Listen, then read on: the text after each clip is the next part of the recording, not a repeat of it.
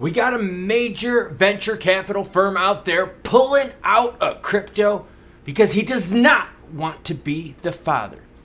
Speaking of money, we've got XRP proof of reserves published from one of the biggest exchanges out there.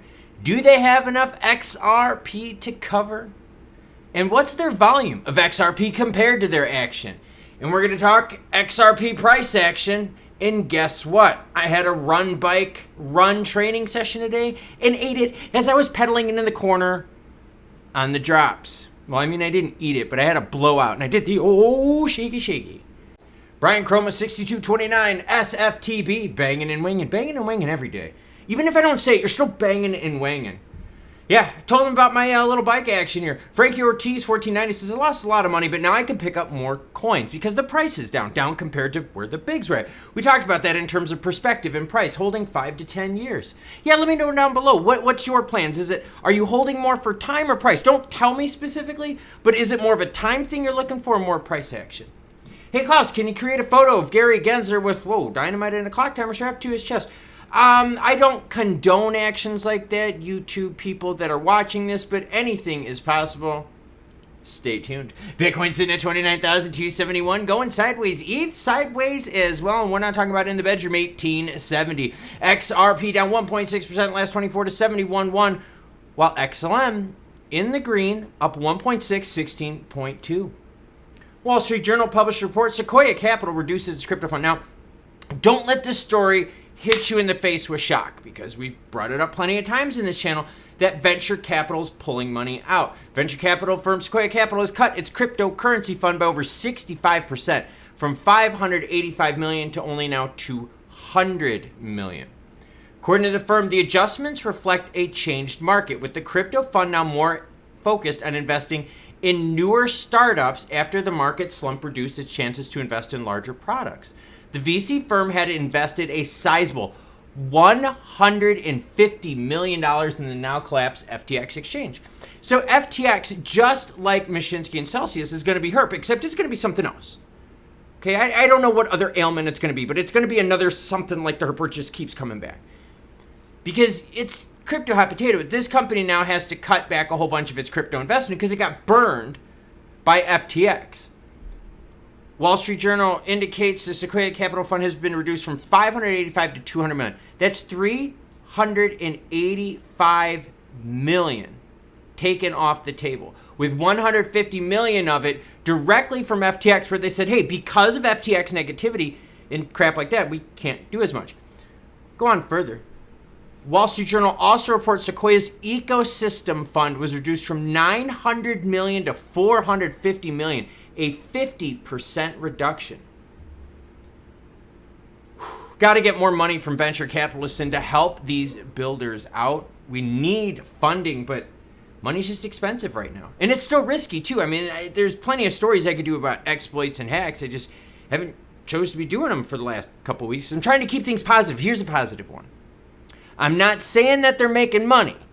All I'm saying is from their reports, they have enough to cover their butts. Remember, whether they're making money or losing money, that has nothing to do with proof of reserves. Millions of XRP confirmed in OKX proof of reserves. What do they got? Notably, OKX's proof of reserve covers 22 commonly used digital assets. As always, any article you see in this video, along all my other ones, will be linked in the description below because, we have proof of reserves.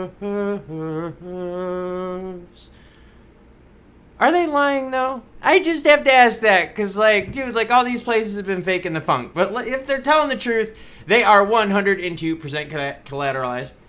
OKX holds 192 million XRP. Their wallet assets hold 196, so they are good to go. What about their volume? How does that represent? Well, they're number 6 right now for crypto. So that's a big exchange. So those are some big numbers kind of helped by the exchange. In terms of volume, daily volume on their biggest pairing is 22 million. That's just on one pairing. They do have other pairings, but that's their biggest one by far. Now, I did the math on that. That would be 16 million at the minimum every day on a slower volume Friday. So 16 million out of their 192, less than 10% are traded on a daily basis. It's not too volatile. I think we could swallow that. Prominent XRP attorney withdraws from Ripple versus US SEC lawsuit. I screwed this up in the tagline and probably should have put this in the beginning. You know, the intro would have been a good one. Here's the thing. This is a good story.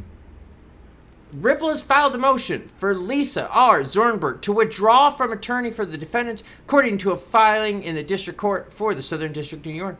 Ripple has requested the court to grant Lisa Zornberg of Dubois and Plimpton LLP to withdraw as attorney of record in the US SEC lawsuit. The move comes as Lisa Zornberg will not be associated with the law firm.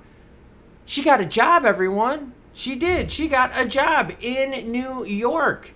New York City to be specific.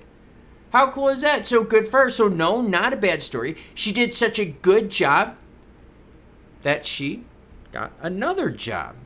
Like directly appointed from New York City. Top former federal prosecutor Lisa Zornberg was appointed as City Hall Chief Counsel by New York City Mayor Eric Adams this week. XRP price action. Telling you, keeping this positive. Mystery blue recovery drink. Mid-video swig, because yes, it's still hot as shit outside. XRP, we know it, all right? The pump didn't hit us as hard. But the story is the step, and the chart up on the screen shows the scale of the step. Before the big movement here, blah, blah, blah, blah, blah, blah, blah, you had these little pumps, blah, blah, it just shit wouldn't last. Yeah, I'll call it a pump. I said it. I call it a pump. But it just didn't last, right? And you can see it, around that 50-cent mark and just, near term a few weeks before, right? And now you can kind of see we're kind of hovering right here flat around that 70, but we're, accumulating, consolidating, trying to figure things out. That's a minimum 20-cent jump up. That's very healthy. That's 40%.